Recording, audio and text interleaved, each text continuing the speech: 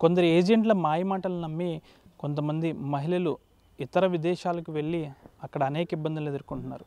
ఇదే తరహా ఘటన పశ్చిమ గోదావరి జిల్లాలో వందలాది జరిగాయి. అయితే ప్రస్తుతానికైతే కొంతమంది నకిలీ ఏజెంట్లను నమ్మి పశ్చిమ గోదావరి జిల్లాకు సంబంధించి పెనుమంట్ర మండలం మార్టేరుకు చెందిన కుమారి అనే మహిళ మస్కట్ వెళ్ళింది. అయితే అక్కడ కొంతమందికి అక్కడ అమ్మకానికి ఆమె అయ్యి ప్రస్తుతం ఇప్పుడు రోడ్లపై తిరుగుతుంది. ఇండియాకి రప్పించాలని అయితే వారి బంధువులు అయితే కోరుతున్నారు. ప్రస్తుతం అక్కడ మస్కట్ వెళ్ళిన కుమారి చేసేదేమీ లేక రహదారుల పక్కన నిద్రిస్తుంది. ఇండియాకి రప్పించాలని వారి బంధువులు అయితే కోరుతున్నారు. అసలు ఆమె ఎవరి ద్వారా వెళ్ళింది, అక్కడ ఆమె పడుతున్న కష్టాలు ఏంటి, ఫోన్ చేస్తే వీరితో చెప్తున్న మాటలు ఏంటి, ఈ బంధువులను అయితే అడిగి తెలుసుకుందాం. మీకు కుమారి ఏమవుతుంది, ఆవిడ ఎప్పుడు వెళ్ళింది, ఎవరి ద్వారా వెళ్ళింది? కుమారి మా చెల్లి అవుతుందండి. మార్టేర్ అండి, పెనుమంట్ర మండలం అండి మాది. ఏజెంట్ అండి నర్సాపురం అండి, చుట్టుకుల శేఖర్ అండి. చుట్టుకుల శేఖర్ వచ్చండి మా ఇంటికి వచ్చండి. మీ చెల్లిని కువైట్ పంపిస్తాను, జీతం మంచి జీతము మంచి ఇల్లు పెడతాము, మీరు పంపిస్తారంటే పంపిస్తామని చెప్పామండి. సరే మాయ మాటలు చెప్పండి, మాటలు నమ్మి మేము పంపించామండి. ఏజెంట్లు ఇద్దరు ముందు పరిచయమా? పరిచయం లేదండి ముందు. వాళ్ళ అంటే వేరే వాళ్ళు ఇంటికి వస్తారండి, వాళ్ళు తీసుకొచ్చి మాకు అప్పగించారండి.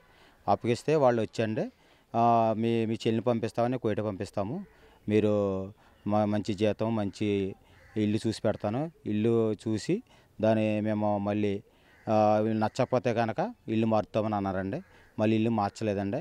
మళ్ళీ తర్వాత అక్కడ తీసుకెళ్ళి మన మన ప్రసాద్ గారికి అప్పగించారండి. వాళ్ళ బావగారు అండి. వాళ్ళ బావగారు ఏం చేశారంటే ఆయన కూడా వచ్చి, అమ్మ మీకు మంచి జీతం మంచి ఇల్లు చూస్తాము, మేము మంచి ఇంట్లో పెడతాము, మళ్ళీ నీ కువైట్కి తీసుకెళ్ళాం కాబట్టి మెడికల్ రావట్లేదు కాబట్టి మళ్ళీ మస్కట్కి పంపిస్తాము, మేము డైరెక్ట్గా మేమే పెడతామని చెప్పేసి అండి మమ్మల్ని మా చెల్లినండి అప్పటికప్పుడు ఒంట్లో బాగోపోతే అప్పుడు టికెట్ తీసి టూరిస్ట్ వీసా మీద పంపించారండి.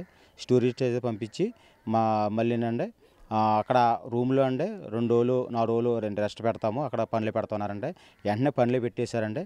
పనులు పెట్టేసిన తర్వాత అక్కడ 2 నెలలు చేసుకుందండి. 2 నెలలు చేసుకున్న తర్వాత 1 నెల 15 రోజులు జీతం ఇవ్వకుండా అండి ఒక నెల జీతం ఇచ్చండి మళ్ళీ ఆఫీస్కి పంపించేశారండి.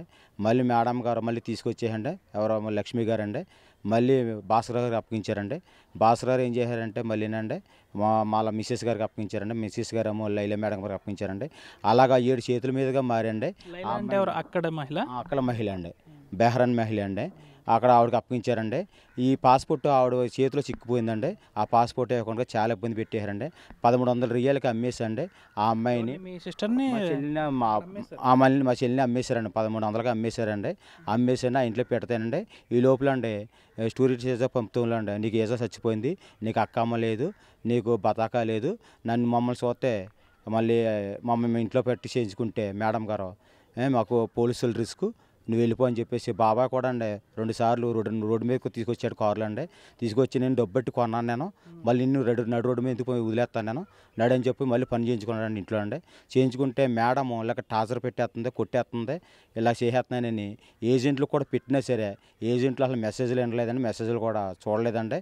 వాళ్ళ ఫోన్లు కూడా రెస్పాండ్ అవ్వట్లేదండి. ప్రసాద్ గారు ఇలా మన మునిపల్లి ప్రసాద్ గారు అండి, మునిపల్లి తర్వాత వాళ్ళ బావగారు శేఖర్ గారు అండి. ఇప్పుడు మీ చెల్లి ఎక్కడ ఉంటుంది? ఇప్పుడు మస్కట్లో ఉందండి. మస్కట్లో ఎంబీసీ అండి, అది పార్కులో ఉంటుందండి. ఏళ్ళకి 12 రోజులు అవుతుందండి. ఆ కూడు లేకుండా కుమ్ము లేకుండా మళ్ళీ మీతో మాట్లాడుతుంది ఆవిడ, ఫోన్ అది చేస్తుంటే మాతో మాట్లాడుతుంది. ఇప్పుడు ఏమన్నా చేస్తే మాట్లాడుతుందండి. చేస్తారా ఫోన్ ఏమన్నా ఆవిడకి? చేస్తామండి సార్. ఇప్పుడు ఏజెంట్లు ఏమంటున్నారు, ఫోన్ చేస్తే మాట్లాడుతున్నారా? ఫోన్ చేస్తుంటే మాట్లాడతలేదండి. దగ్గరికి వెళ్తుంటే 2-3 సార్లు ఇంటికి దగ్గరికి వెళ్ళండి, దగ్గరికి వెళ్తుంటే రెస్పాండ్ అవుతున్నారండి. అది ఏమో చెల్లి వచ్చారు, ఒకసారి మాట్లాడమ్మా ఒకసారి. మీరు ఎక్కడున్నారు అసలు ఇప్పుడు? అది ఎంఎస్సి బహర్క్ అంటండి, ఎంఎస్సి బహర్క్ ఊరి పేరు అయితే తెలుదు. ఎంఎస్సి బహర్క్ లో ఉన్నానండి నేనైతే. ఏజెంట్లు మీకు ఫోన్ చేశారా ఏమన్నా?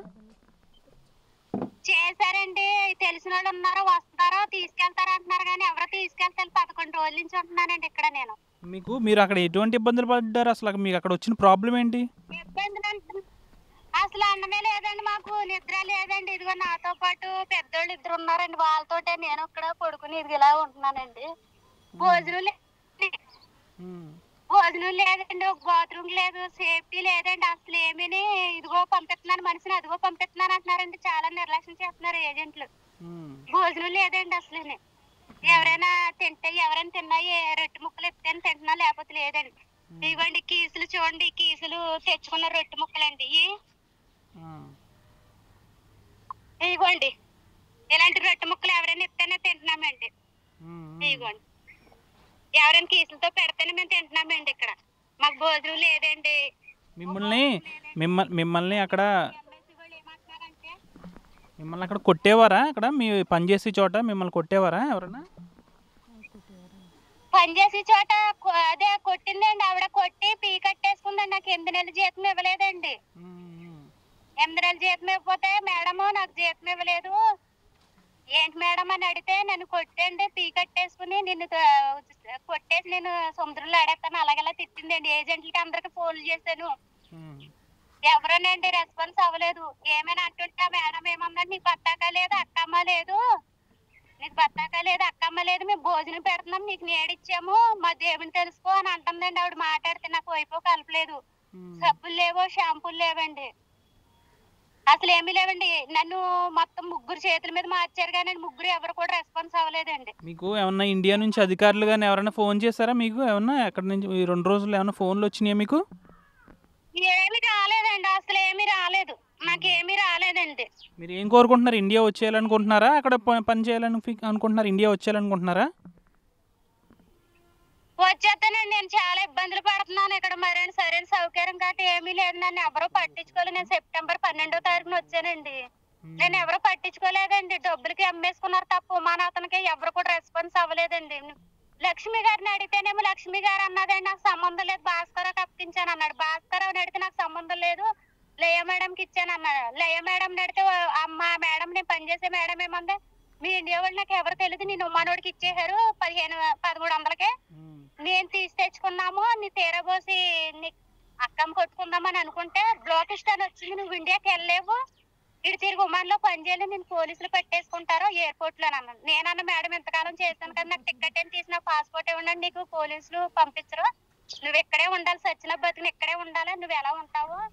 మరి మా ఇంటికాడైతే వాళ్ళు కూడా అన్నారు నీకు అక్కమ్మ పత్తాక లేదు, మీ ఏజెంట్లు ఎవరో పట్టించుకుంటలేదు, నేను మీ ఏజెంట్లు ఎవరో పట్టించుకుంటలేదు, మేము నేను తీసుకో తీసుకో తీసుకో అని అంటున్నాము, వాళ్ళు ఎవరో పట్టించుకుంటలేదు, డబ్బులు మట్టుకు నువ్వు అడగొద్దు, నీకు తిండేస్తున్నాను ఉంటాకు నేడుతున్నాను, నీకు ఎవరు దిక్కు ముక్కు లేరు అని చాలా సార్లు చెప్పిందండి. నన్నేమో రెడీ అవ్వు అనేది, రెడీ అవ్వదని బ్యాగులతోటి. మళ్ళీ తర్వాత ఏమండి ఇదిగో వస్తున్నాను అదిగో వస్తున్నాను మనుషులు పెట్టి తీసుకెళ్తానన్నారు, ఎవరో రెస్పాన్స్ అవ్వలేదు. ఓసారి అయితే మా బాబాయ్ తీసుకొచ్చాడు, సోహా తీసుకొచ్చి మొత్తం మా ఏరియా అంతా తిప్పి మన నాడిమైన అడ్రస్ ఇవ్వలేదండి ఎవరను. తిప్పి నన్ను ఇంటికి తీసుకెళ్ళండి, నన్ను ఇంటికి తీసుకెళ్ళి నేను ఏడుస్తూ ఉంటా ఆ టైంలో నేను ఇంటికి ఫోన్ చేసి అన్ని ఎలాగ ఇబ్బందిగా ఉందంటేనే ఇంటికాడ చెప్తున్నావా నువ్వు అని మా బాబాయ్ కొళ్ళారు తీసి మీదకి వచ్చేసాడండి.